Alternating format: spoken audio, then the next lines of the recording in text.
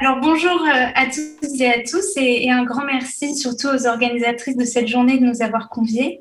Donc notre intervention porte sur le bien-être animal et l'information des consommateurs et nous limiterons cette intervention à l'information du consommateur sur les denrées alimentaires à base de produits animaux, même si bien sûr il faut souligner que de nombreuses initiatives se développent également dans le domaine des cosmétiques et du textile. Le contexte est en effet celui d'une forte attente de la part des consommateurs en matière d'informations relatives au bien-être animal sur les denrées alimentaires. Un sondage de 2015 révèle ainsi que plus de la moitié des citoyens européens recherchent des labels identifiant les produits respectueux du bien-être animal lors de leurs achats.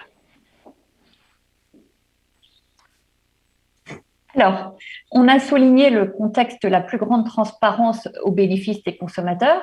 En effet, en droit européen de la consommation, comme en droit français de la consommation, l'information est vue comme un mode de protection privilégié du consommateur, et plus spécifiquement pour ce qui nous intéresse du consommateur d'aliments. Donc, un consommateur informé est un consommateur protégé. Et de ce point de vue-là, le choix d'un produit alimentaire respectant le bien-être animal est un acte citoyen, c'est-à-dire que le consommateur citoyen est un vecteur d'amélioration de la qualité des produits. Alors, concernant cette information des consommateurs, le règlement européen 1169-2011 a mis en place une information harmonisée des consommateurs avec une étiquette assez complexe, très très détaillée. L'étiquetage, on en voit ici la définition, est à la fois le support que l'on voit quand on achète un produit, le paquet au sens strict du terme, mais aussi le contenu. Et dans ce contenu de l'étiquetage, eh bien, il y a à la fois de l'information obligatoire, des mentions obligatoires très détaillées sur la composition des produits, etc., mais aussi une foultitude d'informations volontaires. Et donc, on voit là toute la difficulté qu'il y a à distinguer les initiatives publiques objectives informant le consommateur et celles qui relèvent de démarches privées. Alors, penchons-nous de plus près sur les initiatives existantes. À l'échelle de l'Union européenne, l'information des consommateurs en matière de bien-être des animaux d'élevage est en fait loin d'être une question nouvelle, puisque dès 1991, les pouvoirs publics européens intègrent des normes de bien-être animal dans le règlement bio. Donc, ces normes vont au-delà des normes fixées dans la législation européenne sur le bien-être animal. Et en sus de ce label bio qui est d'application volontaire, le législateur européen a également imposé un étiquetage du mode d'élevage des poules pondeuses sur les œufs coquilles par le biais des normes de commercialisation sur les œufs. Et enfin, en 2020, et ça a été évoqué précédemment, la Commission européenne a annoncé la création de, je cite, un étiquetage relatif au bien-être des animaux afin de mieux sensibiliser toute la filière alimentaire à sa valeur dans le cadre du pacte vert européen.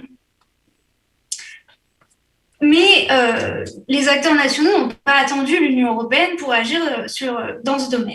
Au niveau national, pléthore de labels portant sur le bien-être animal se sont développés, surtout depuis la fin des années 2000. Donc, je ne vais pas vous faire un inventaire des différents labels qui existent en dehors de la France, mais ce qu'il faut retenir, c'est que ces labels sont principalement le fait des associations de protection des animaux. On a évoqué le label Better Leven aux Pays-Bas.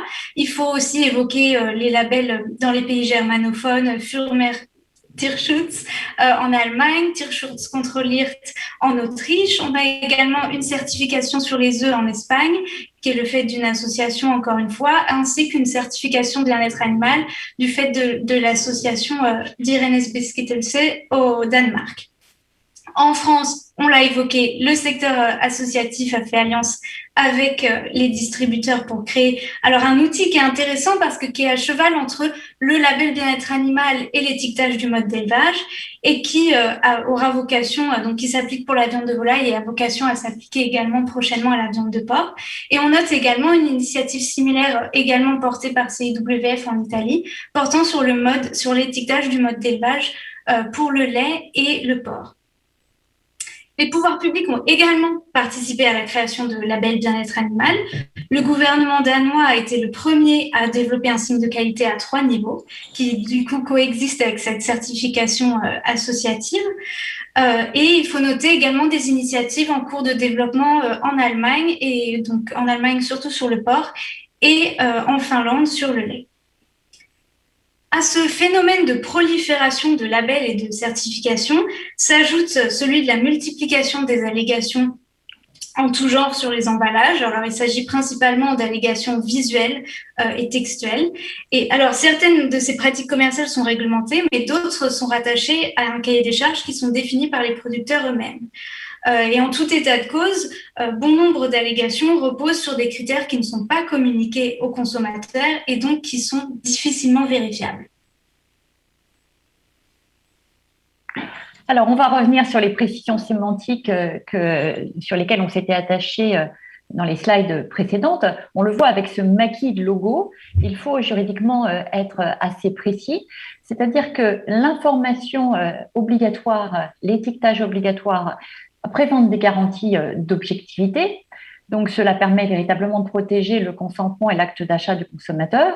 Et il faut la distinguer de ce qu'on qualifie parfois dans les textes, et notamment dans le règlement 169-2011, d'information volontaire. Mais en réalité, l'information volontaire, c'est une pratique commerciale au sens du droit européen de la consommation qui présente des caractères de subjectivité, puisque derrière cette information, il y a la volonté d'inciter le consommateur à acheter avec tous les risques d'induire le consommateur en erreur.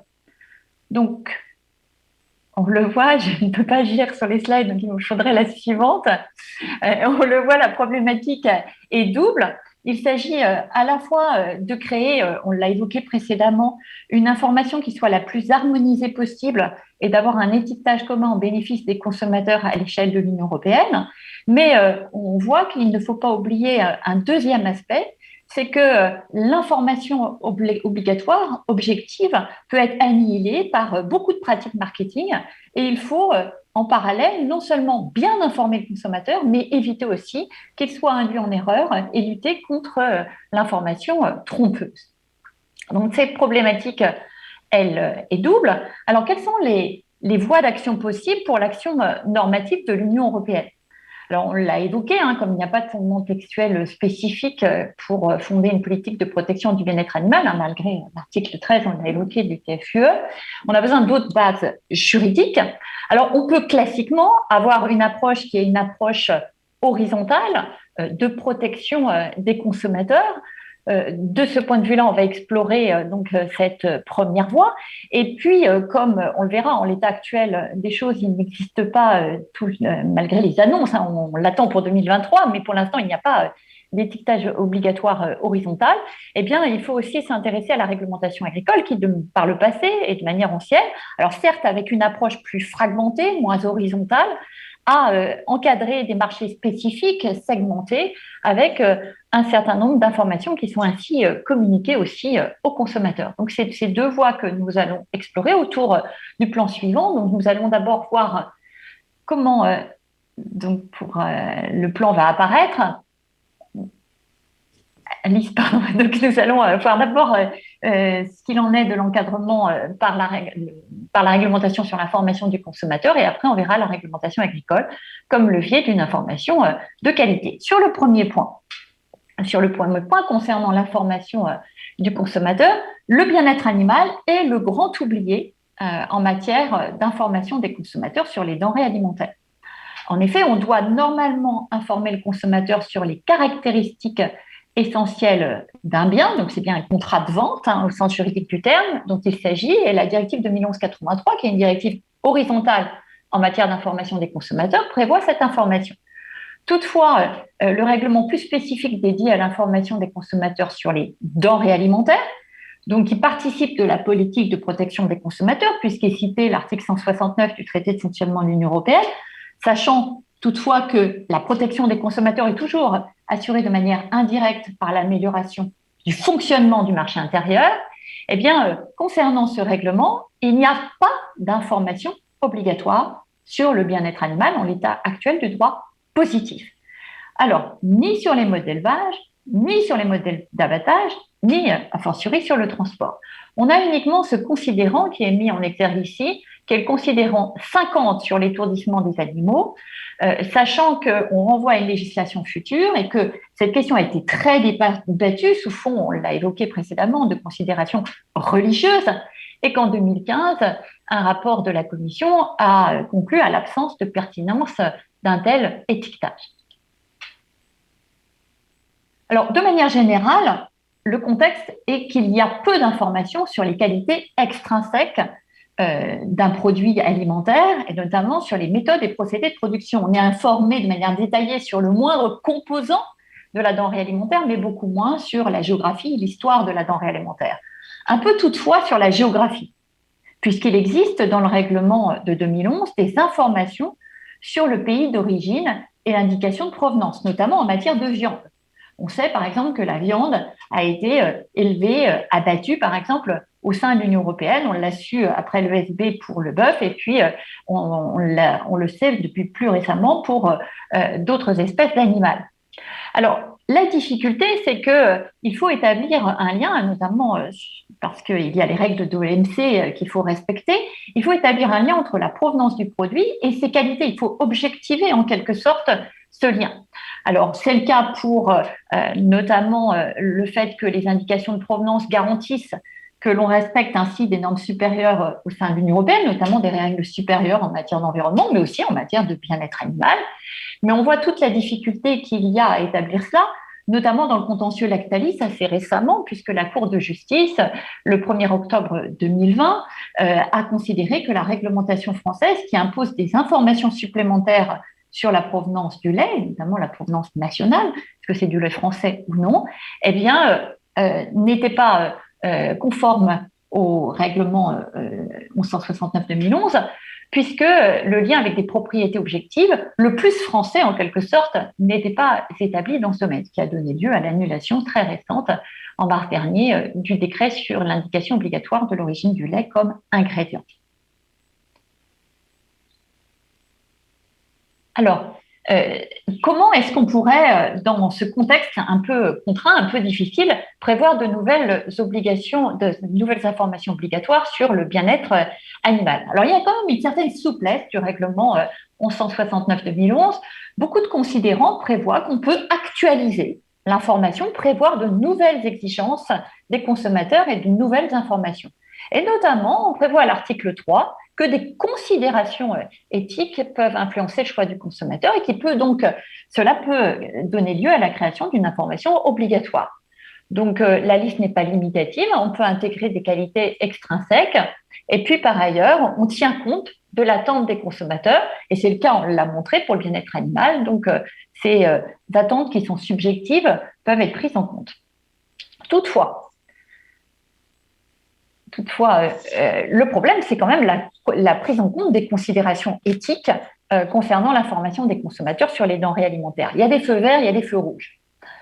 Feux verts, il y a quand même des ouvertures, puisque par exemple, on a parlé de l'action de l'Union européenne en matière de respect des droits de l'homme, eh bien, notamment cet arrêt de 2019 qui valide la mention obligatoire du lieu de provenance en matière de denrées alimentaires dont on précise qu'ils viennent de territoires occupés, donc d'une colonie israélienne, et on a considéré qu'effectivement, le consommateur pouvait être informé sur ce point. Et donc là, c'est une information obligatoire, et donc on est bien dans le cadre que l'on expose. Mais il y a quand même des résistances. On le voit pour le règlement Novel Food. Eh bien, concernant le règlement Novel Food, qui prévoit une autorisation de mise sur le marché pour des nouveaux aliments, qui peuvent donner lieu à des résistances éthiques de la part des consommateurs, entre par exemple dans ce cadre le clonage animal. Eh bien, les résistances éthiques étaient expressément prévues dans le règlement de 1997 sur les novel foods, mais a disparu dans le règlement de 2015. Et donc, le consommateur, finalement, eh bien, on va considérer qu'à partir du moment qu'un nouvel aliment est sain, il pourra entrer sur le marché européen, peu importe finalement quelles sont les résistances éthiques. Je caricature peut-être un peu, mais on voit bien que la place pour les résistances éthiques est moindre ici. Donc, pour conclure sur ces voies-là, on a noté qu'il y a une avancée très récente concernant l'information harmonisée sur le bien-être animal. Si jamais il y avait vraiment un label européen, alors la question, on le verra, se pose de savoir s'il serait obligatoire ou volontaire. Il faut caractériser qu'il y ait une majorité de consommateurs qui l'attendent. Donc là, on a des données en ce sens. Il faut objectiver aussi cette information. Donc, on l'a vu dans le débat sur le Nutri-Score et on voit sur l'étiquette française avec un score de A à E pour montrer finalement de manière très fondée scientifiquement quelle est la plus-value en matière de bien-être animal du produit qui est A et quelle est véritablement la moins-value pour le produit qui est E, ou en tout cas, il faut vraiment qu'il y ait une discrimination qui soit objectivée. Et puis par ailleurs, il faut une concertation, et là on voit le rôle des lobbies, donc on voit toute la difficulté qu'il y a à voir émerger une telle étiquette. Et puis, on l'a évoqué précédemment, eh bien, il y a un apport de la blockchain, puisque l'ensemble de ces valeurs, de ces informations qui ne sont pas toujours biologiquement détectables, eh bien, cette communication d'informations et cette fiabilité de l'information peut être assurée par le moyen technique de la blockchain. Donc voilà concernant l'information obligatoire des consommateurs. Mais il faut aussi protéger les consommateurs, on l'a dit, contre les allégations trompeuses en matière de bien-être animal.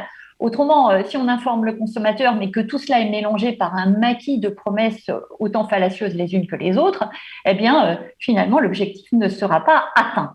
Alors, de ce point de vue-là, il n'y a pas de règles spécifiques en matière de bien-être animal. Il n'y a pas de règles spécifiques pour les allégations relatives au bien-être animal. Mais évidemment, il y a le droit commun et les règles générales issues de la directive 2005-29 qui sanctionnent les pratiques commerciales déloyales, les pratiques trompeuses qui peuvent induire le consommateur en erreur, et tout cela s'articule avec la législation alimentaire. Alors, en l'absence de règles spécifiques, je vais monter la slide suivante, en l'absence de règles spécifiques, très souvent, eh bien, on va se référer à du droit souple, à de l'autorégulation, pour préciser un peu plus, dans le contexte des produits particuliers et des marchés particuliers qu'on explore, quelles sont les pratiques commerciales déloyales. Alors, de ce point de vue-là, eh bien, il y a peu d'autoréglementation, il n'y a pas de mécanisme spécifique d'autoréglementation au sein de l'Union européenne, même si ces mécanismes sont appelés par les autorités européennes de leur vœu. Ces mécanismes, en plus, sont très, très remis en cause, par exemple, en matière de nutrition, mais on peut s'y référer. Alors, de temps en temps, il y a quand même quelques éléments qui peuvent être mobilisés. On voit, par exemple, des exemples nationaux. Dans la slide précédente, on voit, par exemple, comment est-ce que l'RPP, l'Autorité de régulation de la publicité, a pu sanctionner cette publicité, la nouvelle agriculture du groupe Terena, qui est voisin géographiquement, en indiquant « je m'engage pour une agriculture responsable ». Et vous, c'est quoi une agriculture responsable ? Eh bien, c'est une agriculture plus durable. Et donc, l'autorité de régulation de la publicité a dit notamment que la plus-value environnementale devait inclure une plus-value en matière de bien-être animal. Donc, voilà quelques éléments qui peuvent être explorés. Quand on regarde la jurisprudence maintenant, eh bien, la jurisprudence va sanctionner certaines allégations. On a peu de contentieux, mais on peut, par analogie, se référer notamment à d'autres contentieux en matière alimentaire. On doit rappeler que la charge de la preuve repose sur l'opérateur, donc c'est à lui de prouver la véracité de ce qu'il allègue. Il ne peut pas utiliser des mentions très générales. On voit par exemple des mentions du type bien élevé, naturel, respect du bien-être animal sans précision. Si on indique que l'on a plus de bien-être animal, eh bien, il faut que l'approche soit réellement discriminante par rapport à la production conventionnelle.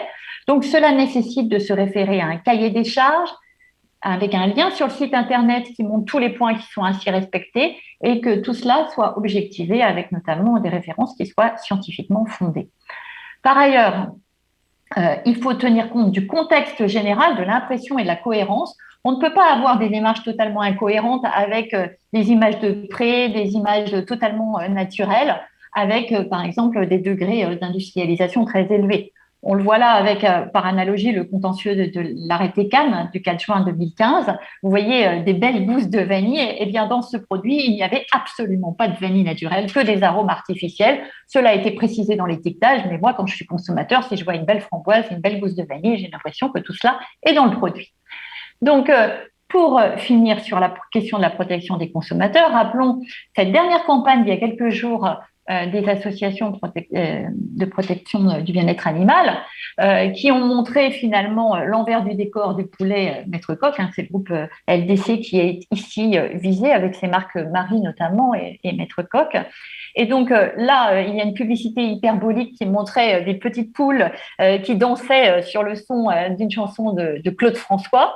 Eh bien, on a considéré que certes, on peut avoir une publicité hyperbolique qui valorise. Le but, c'est bien de vendre. des produits, mais finalement, il y a un contre-feu qui est ainsi apporté en montrant la réalité finalement des conditions de production. Et donc, on voit bien que ce terrain-là est aussi exploré par les acteurs. Donc, on voit que du point de vue horizontal, finalement, il y a encore beaucoup à faire et on va voir que de façon plus segmentée, avec une approche plus ancienne, plus classique, par le biais de la politique agricole commune, eh bien, on peut aussi améliorer l'information des consommateurs. Alors effectivement, la réglementation agricole constitue un levier intéressant de réglementation, notamment par le biais des normes de commercialisation et de la réglementation sur les signes de qualité. Et c'est l'occasion de préciser que ces deux règlements sont d'ailleurs en passe d'être révisés par le législateur européen. Alors, commençons par les normes de commercialisation qui s'inscrivent dans le cadre réglementaire de la politique agricole commune. Donc, pour ceux qui s'y connaissent un petit peu en PAC, elles ont pour base légale le règlement des OCM, des organisations communes de marché. Et ces normes de commercialisation, elles ont fourni un cadre propice au développement d'une information de qualité en matière d'information sur le bien-être animal, à commencer par l'étiquetage du mode d'élevage des poules pondeuses sur les œufs coquilles qui sont proposés à la vente aux particuliers. Alors, cet étiquetage est prévu par un règlement de 2008 qui s'applique en complément du règlement bio. Il s'agit d'un étiquetage multiniveau, donc de 4 niveaux 0 à 3, chaque niveau correspondant à un mode d'élevage. Donc, il est important de souligner ici qu'il ne s'agit pas d'un étiquetage portant sur le bien-être animal de manière directe. C'est un étiquetage qui informe indirectement sur le niveau de bien-être animal par le biais de l'étiquetage des modes d'élevage. Vous avez compris qu'il est en fait relativement aisé pour le consommateur de faire rapidement le lien entre le mode d'élevage et le niveau de bien-être animal, surtout quand on regarde l'étiquetage 3 qui correspond à un élevage en cage. Donc, si le bien-être animal est abordé seulement de manière indirecte, les normes de commercialisation européenne pour les œufs constituent en fait sans doute le texte de loi qui a le plus œuvré en faveur du bien-être des poules pondeuses, bien plus d'ailleurs que la directive sectorielle sur le bien-être des poules pondeuses qui autorise encore aujourd'hui l'élevage en cage. Puisque c'est en effet à l'appui de ces normes de commercialisation que les consommateurs ont pu exprimer leur choix pour des œufs non issus de l'élevage en cage. Et par la suite, c'est aussi à l'appui de ces normes de commercialisation que les associations ont pu obtenir l'engagement de la part des distributeurs et des transformateurs de ne plus se fournir dans les élevages utilisant des cages, avec d'ailleurs un succès certain en France notamment. Donc, 3 chiffres pour illustrer mon propos. Entre 2006 et 2018, le nombre de poules pondeuses en plein air a augmenté de moitié. Le nombre de poules pondeuses au sol, alors qui n'est pas certes en termes de qualité le mieux, mais a tout de même triplé. Et puis le nombre de poules pondeuses en agriculture biologique a augmenté de 251%. Aujourd'hui, malheureusement, j'ai envie de dire, là encore, la moitié des poules pondeuses élevées en Union européenne le sont en cage. Mais ce qu'il est intéressant de noter, c'est que la majorité des œufs utilisés dans les produits préparés, les fameux ovoproduits, proviennent d'élevage en cage. Donc, pour ces produits, l'étiquetage du mode d'élevage des poules pondeuses n'est pas une obligation en droit européen, ce qui montre bien une tendance. Voilà, on voit bien que derrière les produits non étiquetés se trouvent des modes d'élevage finalement peu respectueux du bien-être animal. Enfin, avantage non négligeable, c'est que l'étiquetage de ce mode de production des œufs coquilles est généralisé aux imports. Donc, vous avez en théorie des imports de coquilles qui arrivent en Union européenne et qui sont étiquetés selon le mode d'élevage. Et lorsqu'ils ne se conforment pas au mode d'élevage qui sont autorisés en Union européenne, ils comportent un étiquetage négatif qui informe le consommateur de leur non-conformité avec le droit européen. Tout porte à croire que cet étiquetage est conforme aux règles de l'OMC, alors notamment les règles qui portent sur les procédés et méthodes de production non incorporés, au regard de l'accord sur les obstacles techniques au commerce, mais aussi au regard des décisions de l'organe de règlement des différends de l'OMC. Il existe d'autres normes de commercialisation pour d'autres produits d'origine animale que les œufs. Certains de ces règlements portent en eux les germes d'un étiquetage du mode d'élevage, et c'est le cas notamment des normes de commercialisation pour le poisson et pour la viande de volaille. S'agissant des poissons, le droit européen impose effectivement que la méthode de pêche soit communiquée aux consommateurs. Cet étiquetage recouvre 3 méthodes de pêche et tout comme les œufs coquilles, il s'applique aux imports.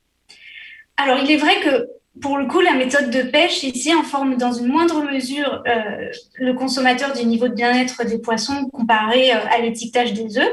Toutefois, on peut imaginer lors de la révision prochaine des normes de commercialisation pour le poisson une évolution qui étendrait la portée de l'information en y incluant, pourquoi pas, la méthode d'abattage ou encore d'autres catégories de méthodes de pêche qui seraient davantage respectueuses davantage respectueuse des principes de protection animale. Et on pense ici à la méthode de pêche et d'abattage du poisson traditionnel japonaise Ikejime, qui favorise la protection animale et les qualités gustatives des produits, et qui est une pratique encore de niche en France, mais qu'un étiquetage adapté pourrait promouvoir. Enfin, les normes de commercialisation pour la viande de volaille fournissent également la base d'un mode d'étiquetage du mode d'élevage pour les poulets. Ce règlement encadre l'utilisation d'une série de mentions valorisantes en y rattachant un cahier des charges. Donc, il s'agit de mentions volontaires. Ça veut dire que si les producteurs souhaitent communiquer sur leurs bonnes pratiques en matière d'élevage, ils peuvent le faire, mais à condition d'utiliser certaines mentions seulement et évidemment de se conformer au cahier des charges qui est défini en annexe. Donc, idem, cette liste de mentions, on pourrait imaginer qu'elle pourrait être complétée à terme par la description de mode d'élevage intensif et que l'étiquetage du mode d'élevage soit rendu obligatoire et éventuellement accompagné d'un code à l'image de ce qui se fait pour les œufs.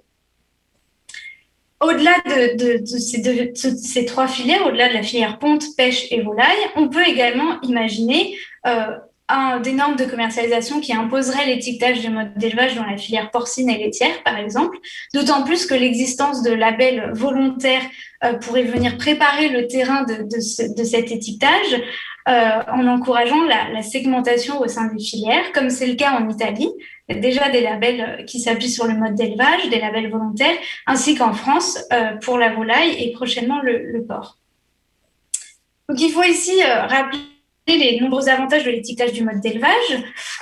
Parlons un petit peu argent. Alors, déjà, l'étiquetage du mode d'élevage, ça favorise ce qu'on appelle la segmentation des filières, c'est-à-dire vraiment la différenciation des modes d'élevage au sein d'une filière. Ça peut aussi constituer un support intéressant de financement pour les investissements sur les exploitations. C'est notamment le cas en Allemagne, où il y a beaucoup de discussions sur comment financer les investissements sur les exploitations, notamment via des taxes sur les produits labellisés. Et surtout, ça aide au fléchage des subventions, et notamment des subventions agricoles. Alors, la réglementation agricole se préoccupe a priori peu des questions de tromperie aux consommateurs, qui restent quand même le domaine d'action privilégié du droit de la consommation. Et pourtant, là encore, le droit agricole européen a un rôle important à jouer dans le cadre de la réglementation des signes de qualité officiels. Alors, ici, la question centrale, c'est vraiment celle de la promesse forte qui est formulée par le signe de qualité et qui s'avère ne pas être véritablement tenue. Voilà, on peut penser quand même que le consommateur tend à considérer que la qualité du signe de qualité va au-delà des qualités gustatives pour intégrer des qualités extrinsèques du produit, y compris les conditions d'élevage, de transport et d'abattage. Or, il existe parfois un fossé très important entre la perception du consommateur et les modes d'élevage autorisés dans le cahier des charges des signes de qualité. Alors, commençons par le signe de qualité qui est le plus connu de tous, qui est le label bio. Donc, le règlement bio est le seul des signes de qualité à viser vraiment le respect du bien-être animal, et non seulement le respect du bien-être animal, mais le respect de normes, voire la promotion de normes élevées en matière de bien-être animal, et ce depuis 1991. Toutefois, les normes relatives au bien-être animal dans le règlement bio sont peu exigeantes et de portée limitée. Et en fait, il faut retenir qu'elles se distinguent nettement des normes légales s'agissant des volailles seulement. Ces normes ont également peu évolué. le nouveau règlement de 2018, qui trouvera d'ailleurs à s'appliquer à partir de janvier prochain, c'est en somme contenter d'étendre le champ d'application du cahier des charges à de nouvelles espèces, notamment les lapins et les poissons, et à certains animaux reproducteurs, les truies et les volailles. S'agissant de l'abattage, alors le législateur avait bien prévu une obligation générale de prise en compte du bien-être animal dans le règlement principal, mais sans prendre le soin d'en préciser la portée normative dans le règlement d'exécution. Donc le juge européen est donc intervenu pour imposer l'étourdissement des animaux dont est issue la viande certifiée biologique. Donc, mis à part une extension du champ d'application des normes du bien-être animal dans le cahier des charges bio, celui-ci autorise toujours certaines mutilations, dont la castration et l'écornage sans anesthésie, des densités en élevage assez élevées et des durées minimales de sevrage insuffisantes pour les juvéniles. Le règlement bio de 2018 n'impose pas non plus de limite sur la taille maximale des élevages, ce qui quand même ouvre la voie à un bio de type industriel. Alors, et donc voilà, ça nous conduit à penser quand même qu'il existe un fort décalage entre l'attente des consommateurs d'une part et les normes de bien-être animal au sein du cahier des charges. Le décalage entre la promesse formulée par le signe de qualité et la réalité des pratiques pose davantage problème encore dans le cadre des indications géographiques. Alors certes, ces signes de qualité informent avant tout sur l'origine géographique des produits, mais là encore, ce faisant, en communiquant cette indication géographique, ils formulent des promesses de qualité aux consommateurs sur les modes de fabrication, dont les modes d'élevage. Et de fait, le législateur européen a bien envisagé une prise en compte du bien-être animal dans le règlement sur les signes de qualité. Mais encore une fois, cette prise en compte dans les dispositions du règlement lui-même ne trouve pas de traduction. Et certains modes de production sur signes de qualité en fait, ne se distinguent pas, ou alors très peu, des modes de production conventionnels. Ça a pu être notamment le cas de certains producteurs de jambon de Parme ou Saint-Daniel en Italie, ou encore l'indication géographique protégée en France, jambon de Bayonne. On a pu constater ça, malheureusement, via des rapports d'enquête de certaines associations. Donc, dans le cadre de la lutte contre l'information à caractère trompeur, on pourrait donc s'interroger sur la pertinence qu'il y aurait à réviser le règlement sur les signes de qualité de manière à ce qu'il intègre un peu mieux le bien-être animal et de façon générale à ce que le législateur reprenne un petit peu la main sur le contenu du cahier des charges au regard tout de même de la promesse forte qui est formulée par ces signes de qualité. Alors, en conclusion, concernant les chemins les chemins empruntés, eh bien, le consommateur comme vecteur d'amélioration du bien-être animal, on l'a vu tout au long de cette démonstration, on est dans une logique marchande qui est inféodée à la protection des acteurs économiques, à la fois les consommateurs, combien sont-ils prêts à payer pour cette plus-value éthique, sachant que cela rejoint pour l'essentiel ces considérations, mais aussi indirectement des considérations de santé. Par ailleurs, pour les producteurs agricoles, l'information est bien un levier de transmission de la valeur dans la chaîne. Et donc, de ce point de vue-là, on va améliorer l'information de manière très indirecte.